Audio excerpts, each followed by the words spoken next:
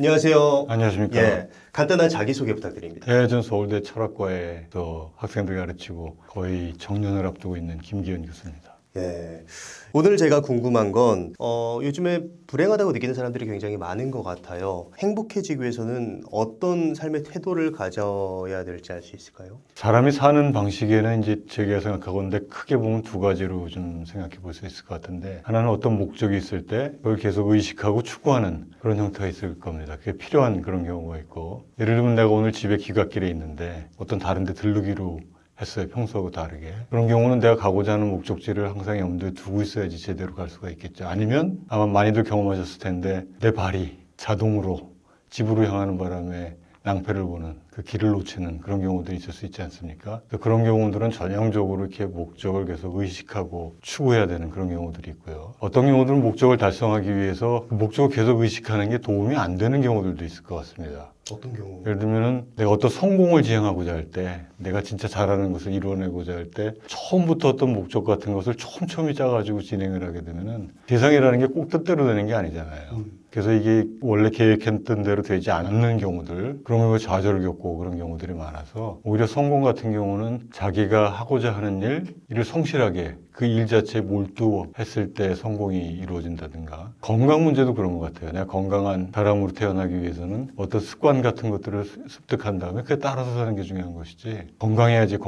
하다 보면 오히려 건강을 해치는 수도 있지 않습니까?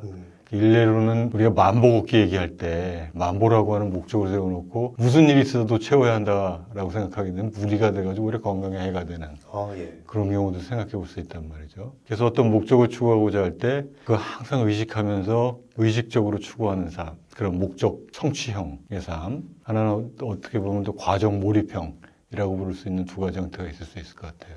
행복이라는 것은 생각해보면 그 중에서 분명히 후자에 속하는 것 같습니다. 내가 행복이라고 하는 것을 뭐라고 의식하고 틀에 짜놓고 거기로 가야지 한다고 해서 이루어지는 것은 꼭 아닐 수 있단 말이죠. 예를 들면 존 스튜어트 밀, 많이 알려져 있는 철학자죠. 그 사람이 아마 그 만족한 돼지보다는 불만족한 소크라테스가 되는 게 낫다라고 얘기한 사람인데, 그만큼 유명한 주장 중에 하나는 뭐냐면은 행복하고자 한다면은 행복에 너무 매달리지 말고 자기가 추구하는 어떤 가치에 전념을 할 때, 그 사람이 예를 들면 뭐 예술조차도 그럴 수 있고, 또 하나는 인류를 생각한다든가 자기가 생각하고 있는 개인적인 가치를 추구할 때 그때 행복이 오는 거지, 행복 자체를 의식해가지고 추구하면은 행복은 오히려 멀어져 간다 라고 생각하는 부분이 있습니다. 그렇다면 갑자기 좀 궁금해지는 게, 내 삶에 지금 어떠한 특별한 가치가 없는 사람들도 있을 수 있을 것 같아요.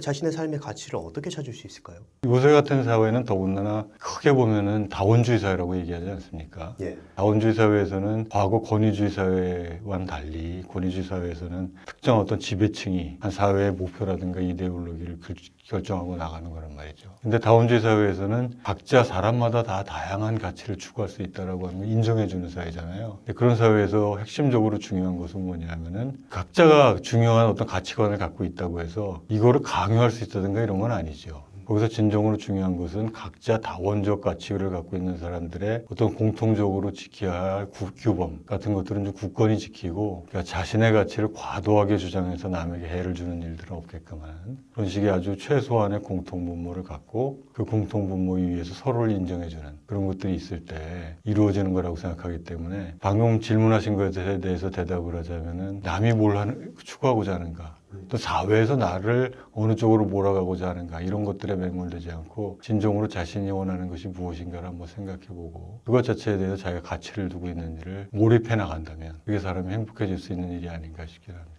이제 교수님 이번에 인간다움이라는 책을 쓰셨는데, 인간다움이라는 게 사실 행복하고 어떤 관계가 있는지. 근데 흔히 이제 인간다움을 생각하게 되면은 어떤 도덕적 규범 같은 걸 생각하게 되고, 행복을 생각하게 되면 어떤 개인적 만족을 생각한단 말이죠. 예. 그래서 행복을 추구하다 보면은 인간다움하고 어떤 대립되는 그런 생각을 하게 되고, 인간다움을 생각하게 되면은 어떤 개인적인 만족이라든가 기쁨 이런 것도 희생해야 되는 것처럼, 그래서 두 가지를 흔히 양자택일 생각하는 경향이 있습니다. 근데 저는 그것이 좀 설득력이 없다고 생각해요. 우리 인간이라고 하는 존재는 기본적으로 어떤 감각적인 만족, 개인적인 만족 이외에 어떤 대인 관계, 사람들의 관계 속에서 얻어지는 부분이라고 하는 것이 그 사람의 삶의 만족도에 큰 영향을 주기 때문에 저는 그 부분을 무시해서는 안 된다고 생각하거든요. 예를 들면은 그 미국의 철학자 노직 이라고 하는 사람이 그 경험 머신, 익스피리언스 머신이라고 하는 어떤 예를 들었는데, 익스피리언스 머신은 뭐냐면은 개인이 그 감각적인 기계, 나의 어떤 그 말초적인 감각들을 만족시켜주는 기계에 연결이 돼 있어가지고 예. 하나의 버추얼 리얼리티 속에서 생활하는 것이 아니라 그냥 기계 속에 있는 입력만 받아들이면서 끊임없이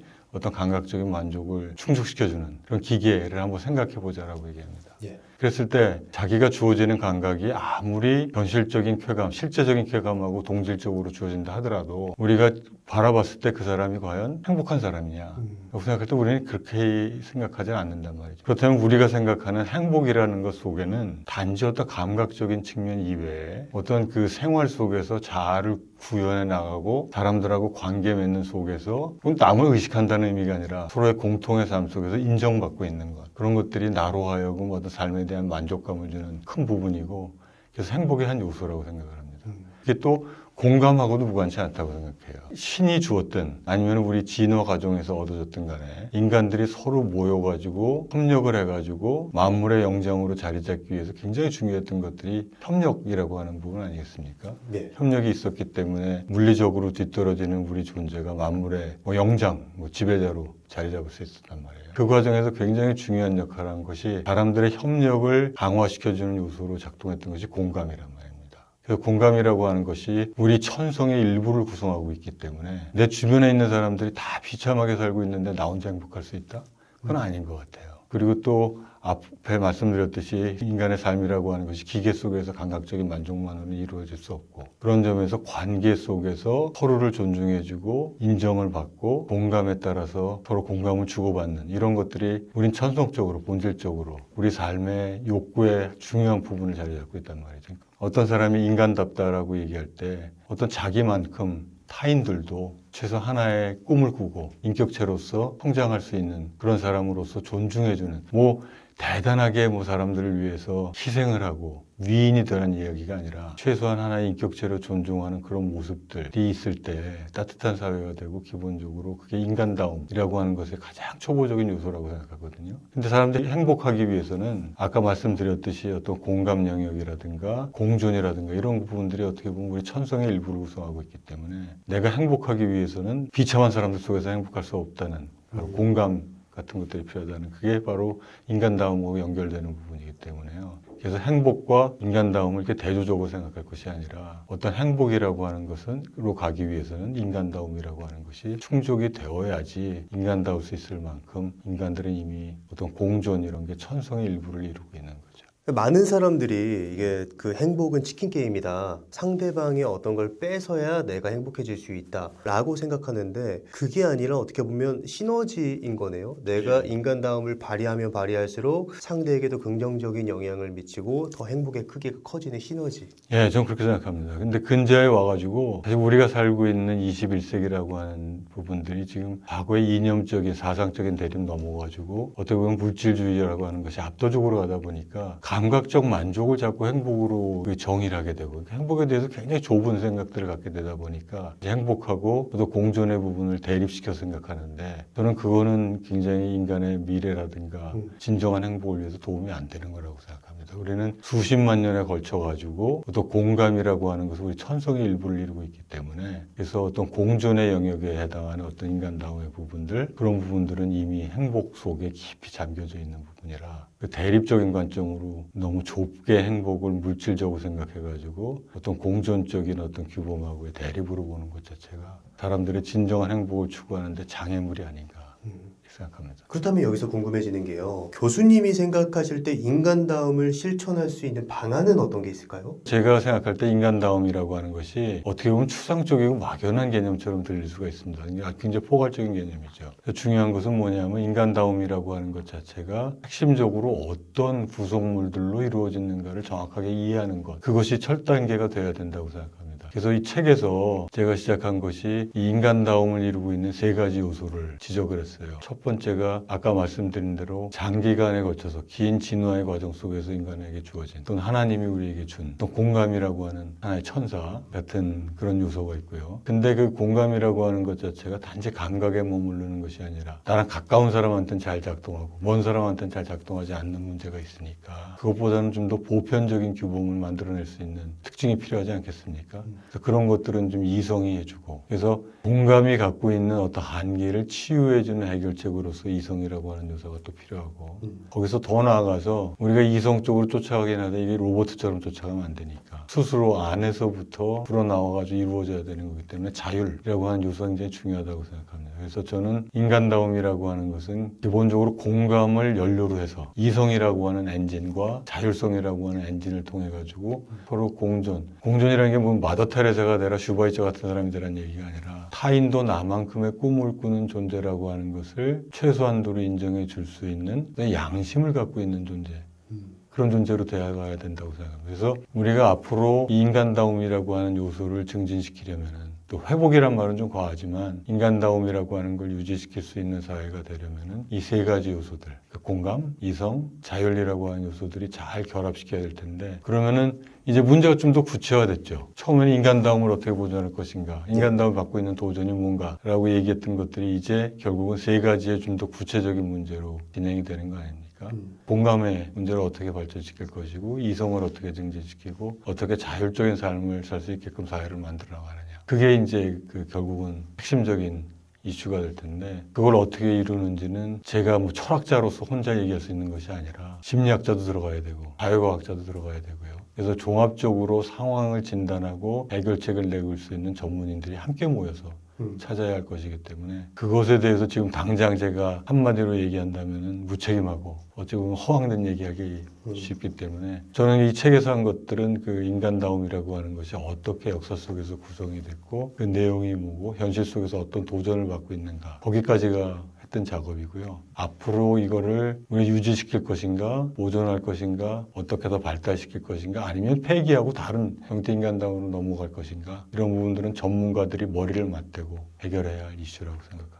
공감을 연료로 해서 인간다움을 발전시켜야 된다라는 말이 굉장히 와닿는데, 결국에 내 입장에서 나를 바라보는 것도 필요하지만 상대 입장에서 나를 바라보는 것도 우리가 인간다움을 실현시키는 데 있어서 필요한 자세이지 않을까라는 생각도 듭니다. 그런데 이렇게 인간다움을 실현시키고 추구해야 되는 것은 알지만 그렇게 하지 못하는 상황들도 있을 것 같거든요. 이런 딜레마의 상황에서는 좀 어떻게 우리가 대처를 해야 하는 게 좋을까요? 근데 그게 질문 자체가 이제 공감 내지는 인간다움의 능력 같은 것을 실현하기가 어려운 경우다라고 생각하는 이유들은, 인간다움이라고 하는 것 자체에 대해서 너무 거창한 생각을 갖고 있기 때문에 그럽니다. 아까 말씀드렸듯이 사람이 인간답기 위해서는 탁월한 능력 갖지 않아도 돼요. 생각해보면 뭐 천재적인 능력 갖고 있지만 인간답지 않은 사람 얼마든지 있을 수 있고요.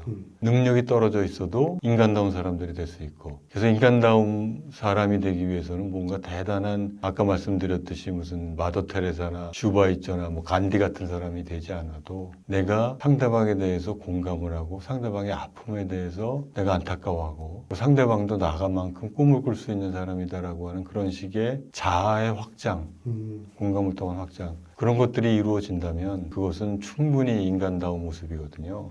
그래서 그런 부분들, 기본에 충실한 것, 그것이 인간다워지는 길이기 때문에, 되돌아 생각해보면 인간다워지는 것이 어려운 그런 조건에 있는 사람이라고 하는 것은, 특히 우리나라와 같이 물질적 조건이 어느 정도 이루어진 사회에서는 그런 어려움에 부딪혀 있는 사람은 전 거의 없다고 생각합니다.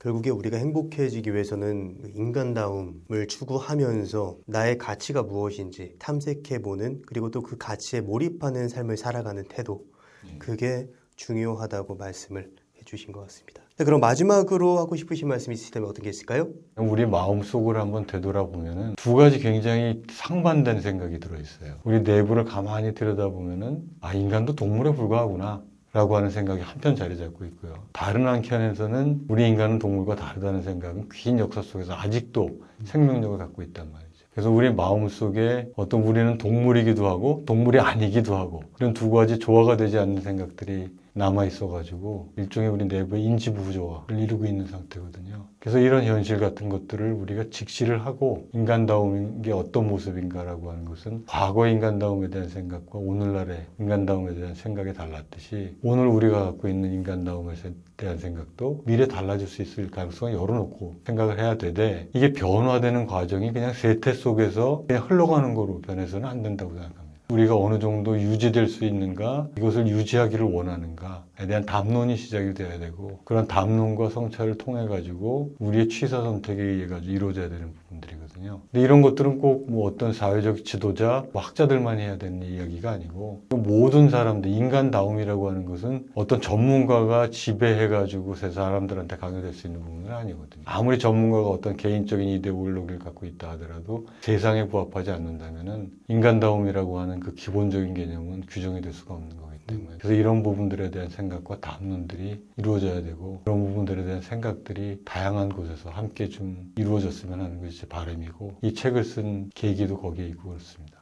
네. 네, 오늘 김기현 교수님을 모시고 우리가 행복해지기 위해서 어떻게 인간다움을 실천해야 되는지에 대한 이야기를 나눴습니다. 그럼 오늘의 힘량은 여기까지 하도록 하겠습니다. 좋은 말씀 해주셔서 감사합니다. 네, 감사합니다. 네.